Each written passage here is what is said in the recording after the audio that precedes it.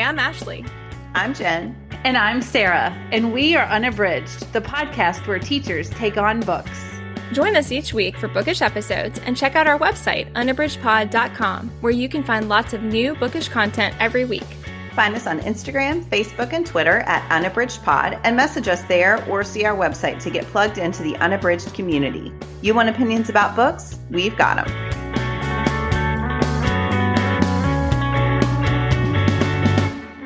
Hello, everyone. Welcome to our historical fiction episode. This is a category that we haven't talked a ton about on the podcast as a main episode, so we would like to talk about it today. Before we get started, we wanted to remind you that we have a newsletter that we release twice a month. Our first newsletter is just the things that you can expect coming from Unabridged during the month. And then the second one is a little bit more personal. We talk about some of our favorite things and it's a lot of fun. So we hope that you will subscribe to it. Just head to our website and you can subscribe there. Before we get started with the main discussion, let's start off how we always do. And let's do our bookish check-in. Ashley, what are you reading today? So I am excited to share this one. It really grabbed my attention. This is Laura Dave's 800 Grapes. I chose this because for the Uncorked Reading Challenge, which is like the second challenge I'm doing this year, aside from Unabridged, one of the categories was a book that's set in a vineyard. So this is one I don't think I would have gravitated toward otherwise. But it was on the list for the recommended books and I had access to the audio. And so I was like, I'll just try that. And I loved it. I mean, I listened to it over probably 3 days, which with my reading and every other part of my life right now is like pretty remarkable. And I just was really captivated. So the central character is Georgia, she grew up on a vineyard with her family. And she has 2 older brothers who are twins, Finn and Bobby. And at the opening part of the book, she is coming back home to the California vineyard, but she's been driving for like 9 hours and she's in her wedding dress. And so she shows up at her brother's bar and you know that things have gone awry, but you don't really know how that has happened yet. And so it's the unpacking of what led to that moment. And it also is a lot about, I think what really struck me about the book, I don't want to give anything away because I felt like a lot of it is about the secrets that you discover that each of the family members carries. But I think what I loved in the story was the focus on how much they all love each other and how even though they love each other, and sometimes because they love each other, they don't know the right thing to do. And there's a lot of this, like, what is the right thing to do? And what does it look like when you love someone? What do you do for them? And so I just thought all that was really beautiful. But it also is the really lovely scenic area because she's on this vineyard. It's a family run one. So there's also this tension between the family style vineyard and then the kind of corporate take over everything, sell cheap wine mentality. And so there's a lot of contrast there too, as her parents are aging and they're trying to decide what to do with the vineyard and the kids don't really want it. So then, the kids have become adults, the parents are ready to figure out what's next. And so it's a lot of that also. So, I mean, I would highly recommend it. I'm totally entranced, in what is going on. And like I said, I finished it yesterday, so I am cheating just a tiny bit, but I did want to share it because I just really devoured it. I mean, I really wanted to know. I think the print would have been great as well, but it had a lot of heart and a lot of movement in the story, but also just kind of asked some hard questions that I thought were really interesting. So again, that is Laura Dave's 800 Grapes. I really enjoyed that one. I'm trying to think. I was thinking I'd read something else by Dave and I was going to recommend it, but now I can't think of what it is. Oh, I'm reading it now. I feel really dumb now. The last thing he told me, which I'm reading now for my book club next month, is by Laura Dave. It's my current read. One of my current reads. It is a busy time of year, friend. I think that's okay. No, but I wondered about that because I have seen the covers, the style of the font and the design of the covers are very similar. So I couldn't quite remember the title, but I have seen it and I noticed it because the 800 Grapes cover is very similar. Mm-hmm. So yeah, I've heard good things about that one too.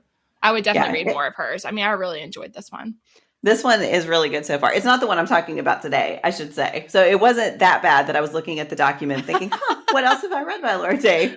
But yeah, so far it's really good. Sarah, you read it, right, Laura? The last thing you told me? The last thing you told me.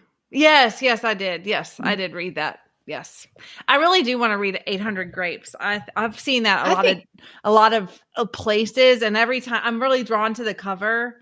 I think you would love it, Sarah, because I think it is like about the joy of wine and like how hard it is to make and the intensity of the work that goes into it. It's 800 grapes go into a bottle of wine. I mean, that's where the title comes from.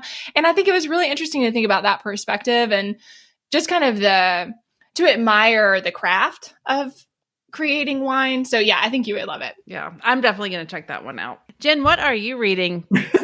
Other than the last thing he told me, I am also reading Jane Austen's Pride and Prejudice. So this is a reread for me. This is the book of Austen's I've read the most, and it is part of my full year Austen buddy read and challenge. It's #ReadAusten22 if you're interested.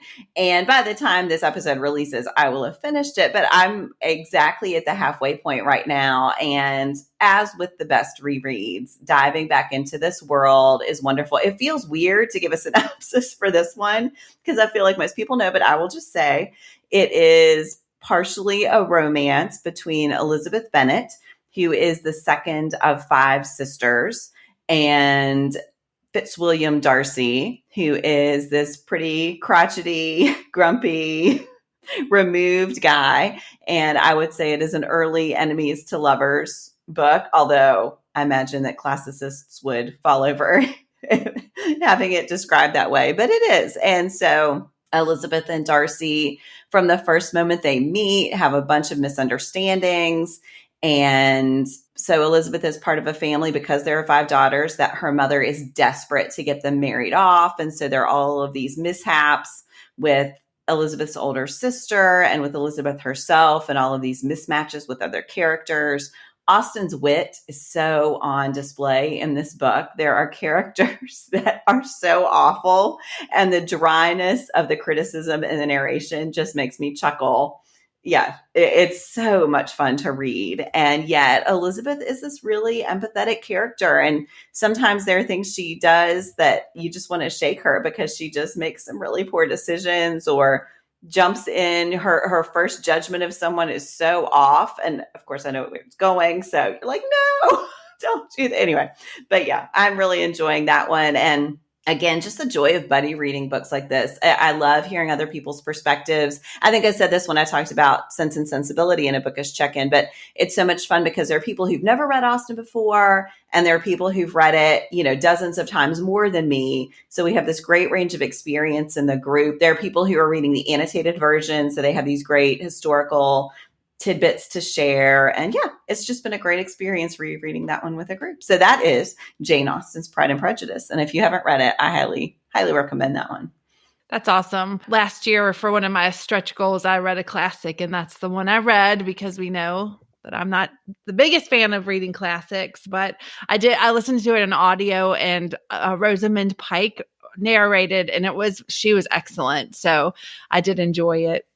Yeah, that's a lot of fun. But I haven't read another, though. That is okay. That's what I was thinking too, Sarah, is like I read that one and I did enjoy it, but I read it on print. And so when you said that about the audio, I was like, oh, maybe I could get to Emma or some of the others if I did it on audio, because it does still feel enough like work to where I mean, let's be honest. Like, I feel like I'm just like lazy about it. So I'll think about it. But if I don't have to, it's hard to make myself. But I think I would really enjoy it on an audio version. So yeah, Sarah, I think you would love Sense and Sensibility because it's about these sisters, and so there are like romantic relationships in the book, but I think you would love that part. And people in the buddy read raved about that one on audio. I forget who the narrator was. It may have been Pike.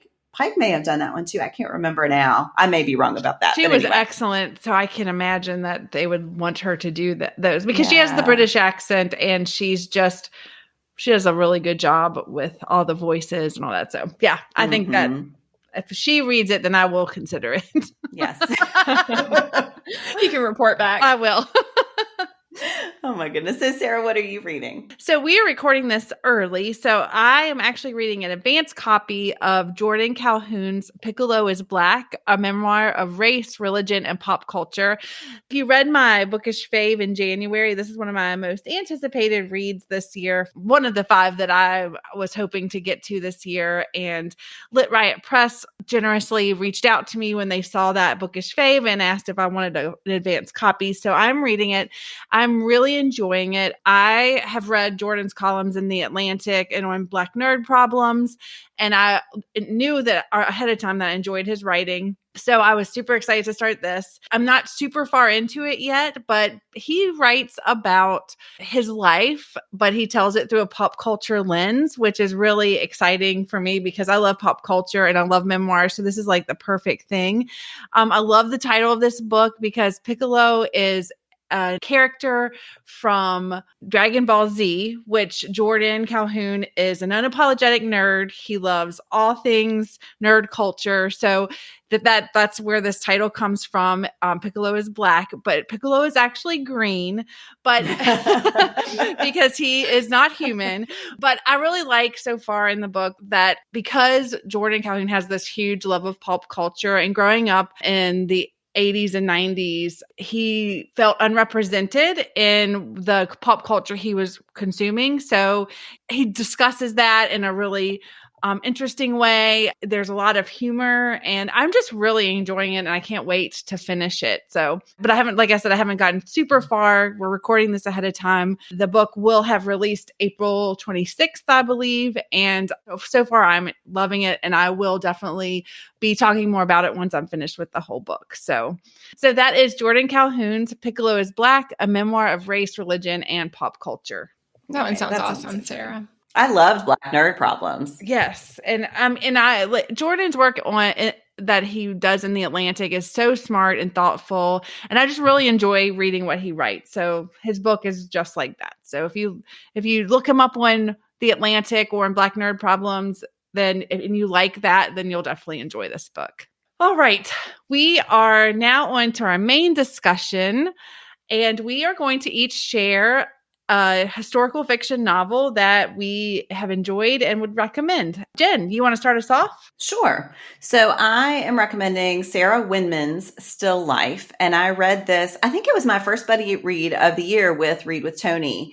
And I will admit that when it was chosen, I was a little miffed. So we always vote because I was like, oh my gosh, it's another World War II novel. And I've talked on the podcast before about how I still, years later, I have some World War II fatigue. I went through a year when I felt like that was all I was reading. And so it takes a little bit to win me over to picking up a World War II novel again. But this one starts during World War II and then goes many decades after. So that is just sort of the foundation for the book, which I absolutely loved. This was a total 5-star read for me. I just could not have loved it more. So it is pretty quirky, I would say. It begins with, I don't even know that there's one protagonist, but I'll just say one of the protagonists is Ulysses, and he is a soldier during World War II. He is in Tuscany, and he meets this woman named Evelyn Skinner, who is a historian, but also maybe a spy. And they have this interesting interaction that just really resonates with both of them. And even though they are not together very long, they feel like they have this connection. It is not a romantic connection at all. Evelyn is an older woman. She is a lesbian who is traveling with this other woman who is incredibly annoying, and she's ready to just like ditch her, but can't find a way to do it. And there's a lot of humor from the very beginning. So despite the horrible circumstances of their meeting, you just see that they are just kindred spirits, and it's really sweet. And it's that sort of, it's sweet without being saccharine through the whole book. So after the war, Ulysses goes back to his home in London, and he lives in this sort of little area that is this really close-knit community. There's a guy who owns a bar who's grumpy and everybody just makes fun of, and he is dating women, and eventually they figure out he's dating them in like alphabetical order by their name. So he dates, not on purpose even, but it's just they're like, have you noticed that he's like going through the alphabet? And there's a woman named Peg who Ulysses and Peg had this romantic relationship that is no longer there, but Peg is just super vibrant and everyone loves her, but she has some tragedy in her life that makes her this glamorous, charismatic, tragic figure. There's this older guy named Cressy who just is so wise and funny. And oh my gosh, it's just like this. You just fall in love with these characters. There's a parrot named Claude who becomes a character in the book, not like a character like a person, but he does comment on things that are going on periodically through the book. Anyway, so eventually Ulysses and a couple other people from the town end up moving to Florence. And there they get all wrapped up in this art scene. E.M. Forster makes an appearance at some point. Evelyn Skinner, because she's an art historian, is traveling to Florence. And you think throughout the book that she and Ulysses may be reunited. I will not spoil it and tell you whether they are, but they keep having these close calls where they almost see each other again. It is just this book that is whimsical and quirky. It deals with some really sad things that happen. And yet again, it is just so loving, and it has such grace for its characters who make mistake after mistake. And yet it's this really compassionate view of who they are. I just, well, you can tell because I'm going on and on about it. I just absolutely loved it. And immediately after reading it, I picked up Sarah Winman's Tin Man because I knew I wanted to read more work by her. I haven't read it yet, but I just want to read her whole backlist because it's one of those that just captured my imagination and captured my heart. And I just want to read all the things by Sarah Winman now. So this one is Sarah Winman's Still Life, which absolutely I recommend. Oh, that sounds awesome. I really want to read it now too. I think you both would love it. I do too. And I'm glad that you shared it because I do think same that I might have had a little bit of bias that would prevent me from picking it up without knowing that, but that sounds great. Yeah, that sounds awesome. It's really good. Ashley, what book are you going to share? This is one I talked about on Bookish Check-In when I was reading it, and I wanted to share it because I absolutely loved it and am really glad I read it. I will say about historical fiction in general that it is a genre that I have to stretch a little bit to read, and then every time I do, I'm always glad. So I don't know. That is one of the many times that I have discovered that my preconceived notions about a genre are not accurate and that I should try to let go of them because I've read a lot of great books in the genre. So this is one I absolutely love. This was a 5-star read for me. It was Ruta Sepetys' The Fountains of Silence. And I spoke about this when I was reading it. This one is set in Madrid in 1957 and it's during Franco's reign and as a dictator there. I talked a little bit about this on the check-in, but it's been a while. Our family lived in Madrid for all of the fall. It's a community we really love. I made a lot of connections to a lot of people I really love there. And so we've always had a heart for Spain because we've spent a lot of time there. But then for Madrid specifically, it is a city that I just really, really love. But it was so illuminating to read about what Franco's reign was like, to learn more about it, because I knew it happened, but in a pretty uninformed way. And a lot of the people so he lived till 1977. So a lot of the people who are just a little bit older than me that I'm interacting with in Spain were alive during this era. And so, just thinking about how close it is to present time, for one thing, it's remarkable to me that Madrid is where it is now, considering what this was like. But it also was like, it wasn't very long ago. I mean, it was a long reign and it also was not that far removed from our life. It was just before I was born, basically. That is really striking to me as well, that just wasn't that long ago. And it's in Europe and everyone knew this was happening. And yet he stayed in power that whole time until he died. So it really shows from two characters' perspectives, an American and a Spaniard, what it's like. The American comes in, he's the son of an oil tycoon. His mother is Spanish, so he is bilingual. He's essentially a native Spanish speaker. And yet, of course, he's very much outside culturally.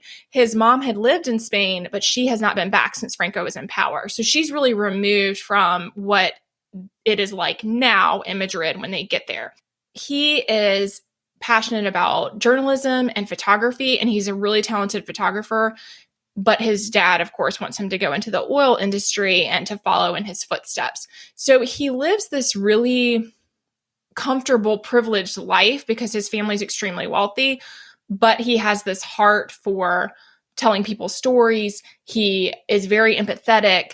He sees people suffering and wants to act on it and do something about it. So there's a lot of contrast between him having kind of a life of privilege, but also being rejected by his father because he wants to follow a different path that his dad does not support.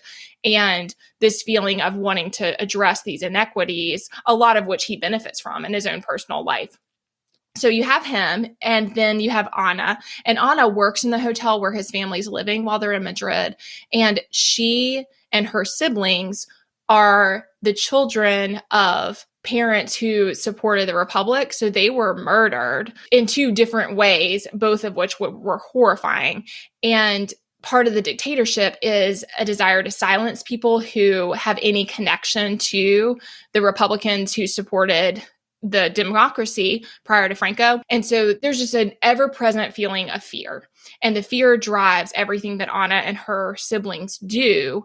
And meanwhile, because they have this history, they continue to be persecuted and they continue to suffer. They suffer in where they live. They suffer because, I think I said this in the check-in, that their mom did get buried, but they have to pay for the property. And it's like renting a grave, essentially. And if they don't do that, they're going to dump her body in this field. I mean, it's just like the ways that Franco and his regime keep people impoverished, keep people in terror, keep people in check are very apparent in the book. And I think part of what I think Sepetys does so well is that Daniel is just clueless. I mean, completely ignorant about Ana's life. And so he is so well-meaning, but he has no idea, like if he wants to have a coffee with her or, you know, spend time with her, he has no idea the danger he's putting her in. So I just feel like I really appreciate the way Sepetys is able to show both the well-meaning intent of Daniel, who you really love as a character, but also just how naive he is about what it is like for Ana and what her life is like and what she must continue to do. So like in his mind as like, oh, this is simple. Like I can take you away. We can do all these things, but like, that's not the reality. She can't just get a passport. She can't leave the country. And so I just think there's a lot of that on the personal level between the two of them. But then also you get to see some of the tradition of bullfighting and how that is such an integral part of Spanish culture and how people view the toreros as being, you know, kind of saint-like. I mean, that they're just really these like amazing people, and that is one pathway out of poverty is to try to pursue this pathway to being a bullfighter. And so that's a subplot in the book, but is such an interesting cultural component that's tied into the story. And then there's all this stuff with adoption and babies and how the babies are given up for adoption, what that seems to be and what it really is. And I thought all of that was horrifying, but also illuminating again to just the long range impact of what this means for Spain, what it was like in Madrid, and the ways that it continues to filter into today's world. And so, I mean, I was totally swept away. I should say this is young adult historical fiction. And I just think Sepetys does that so well that it is definitely very accessible for teens. Ana and Daniel are teenagers on the older end of being teenagers. And so I think that it's really, that enriches the story in a lot of ways for me. I thought that really helped to show like what it's like for young people. And again, that contrast between what their two lives are like and how removed they are from each other. So I loved all that. I loved the photography. There's a lot of really beautiful parts. And actually I was thinking this one has some mixed media in it. It has actual transcripts and things like that from historical documents from the period. So for the Unabridged challenge, this would actually be a good choice for the one where we said the non-traditional genre, because while it is historical fiction, it has all these really interesting parts woven that are documents that made the story more interesting. So again, that is Ruta Sepetys, The Fountains of Silence. And as I'm sure you could tell, I absolutely loved it. Mm-hmm. I love that one too. She is just so unmatched for me with YA historical fiction. I have loved every single, I haven't read quite all of them. I still need to read Salt from the Sea, which I think was her first. I still have not read that. And she has a new one out that I haven't gotten to yet. But yeah, I haven't read the new one, and I've heard good reviews, but I heard that it was really sad. So I tread carefully on that one. And I mean, this one is hard. I think there are a lot of parts that are really hard, but I felt like it ends in a pretty hopeful way. And so, yeah. Yeah, she's so great. I haven't read any of hers yet. I think it's because of I just do not gravitate toward historical fiction. I don't know why. For me too, but again, each time I read them, I really have enjoyed them, especially recently. Like each time, I haven't read any that I didn't like. So then I'm like, oh, I just have kind of a negative bias against it, but I haven't had any experiences to back it up, really. Yeah. Mm-hmm. Sarah, what about you? What's your recommendation? I'm so excited to recommend this book. I was struggling with what I was going to share for this category, and I came across Kim Fay's Love and Saffron. And this is also would work for our unusual genre category because it is epistolary. It is set in the 1960s, early 1960s.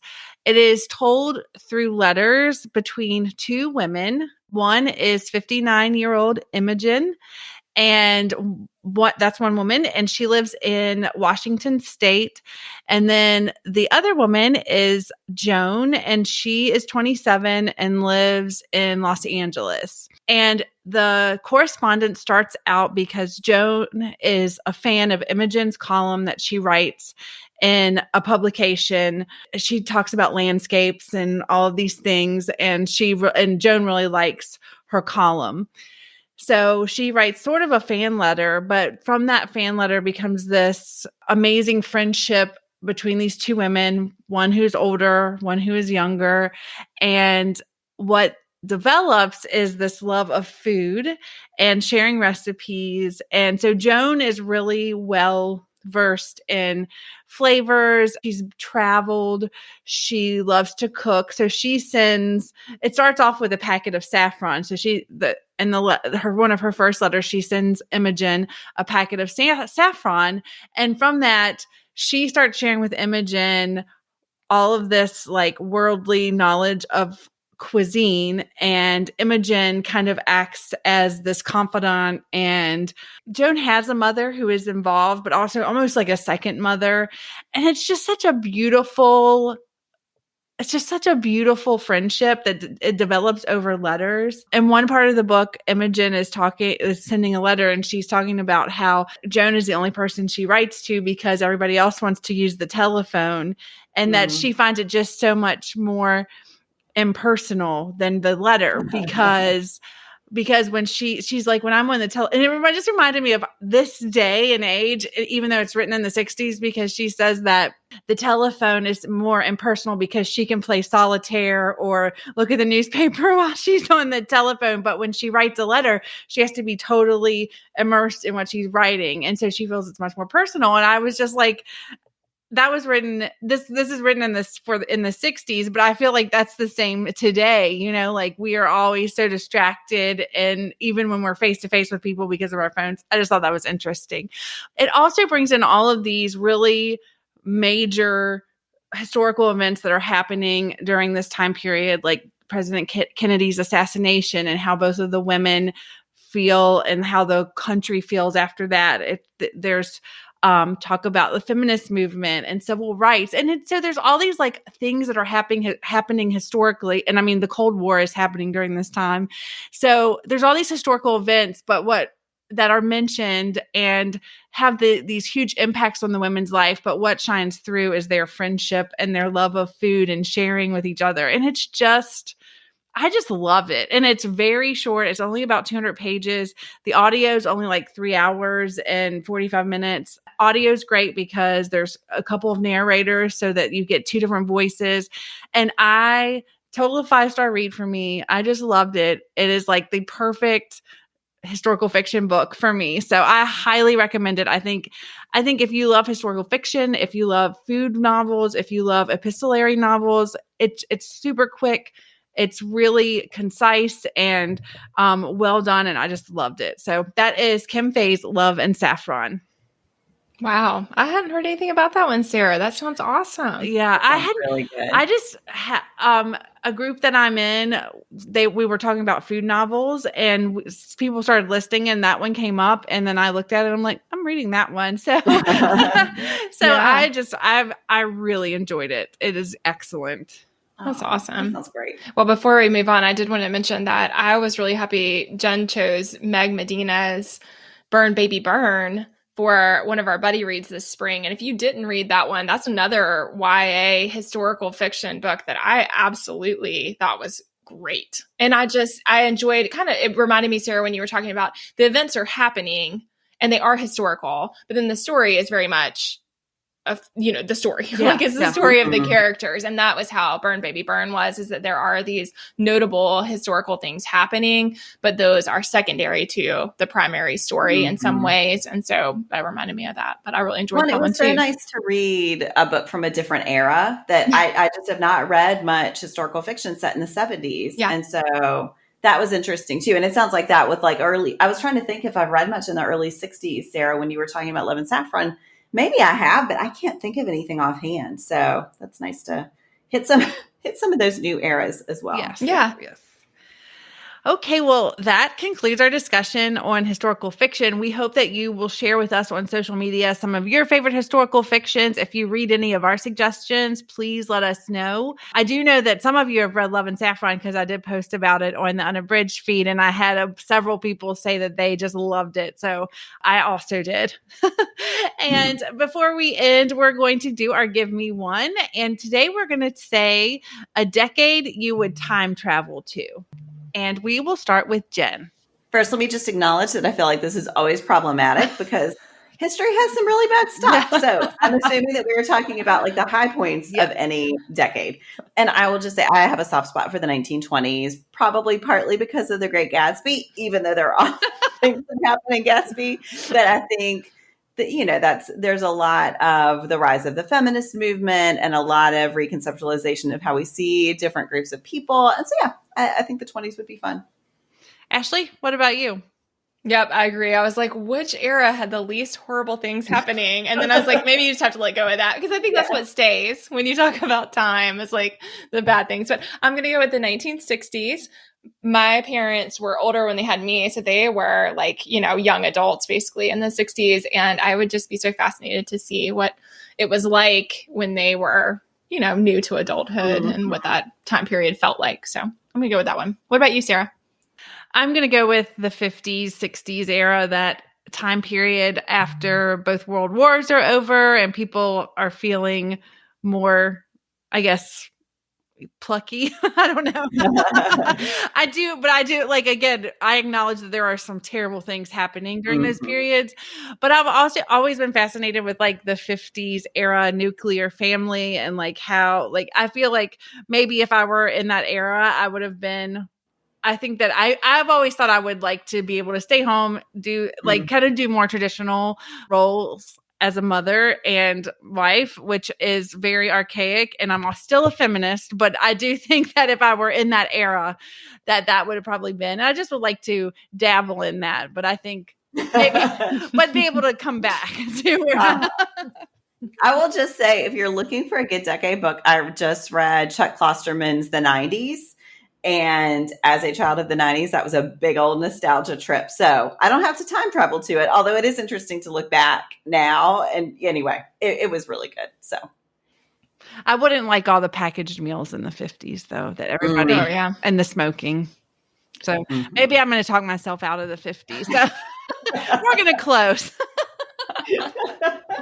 I do want to say when I saw this as our Give Me One, it did give me a lot of anxiety because I didn't know. I was like, I don't know what is a good answer. I know. I was like, which one? And then I was like, should I go to the future? And then I thought, I don't know that I want to find out what that's going to look like. So, well, we will post this on Monday for you to give us your Give Me One in the decade you would like to time travel to. We would also like to know if it also gives you anxiety to think about this question as it did for us. Thank you for listening. And as a reminder, you can always hit us up on social media. We'd love to talk to you about all things books and reading. So just find us there. Thanks for listening. Do you have comments or opinions about what you heard today? We'd love to hear them. You can find us on Instagram, Facebook, and Twitter at Unabridged Pod, or on the web at unabridgedpod.com for ways to support us. To get more involved, you can sign up for our newsletter, join a buddy read, or become an ambassador. Thanks for listening to Unabridged.